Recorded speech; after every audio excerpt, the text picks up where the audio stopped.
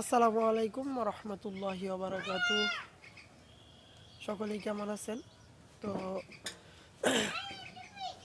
November মাস প্রায় শেষ। তো গাছগুলোর কিন্তু ডরমেন্সিতে চলে যেতেছে, পাতা দেখেন কি পরিমাণ মরতেছে। তো যারা যারা এখন পুনিং করতেছে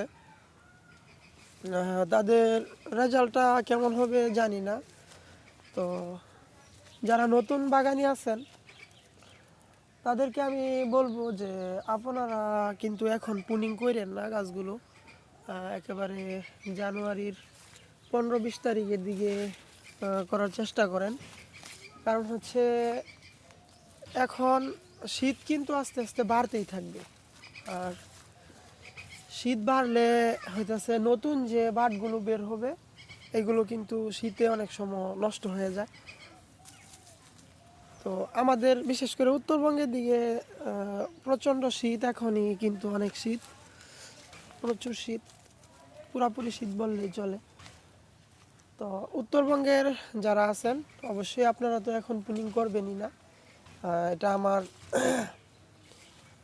থাকবে।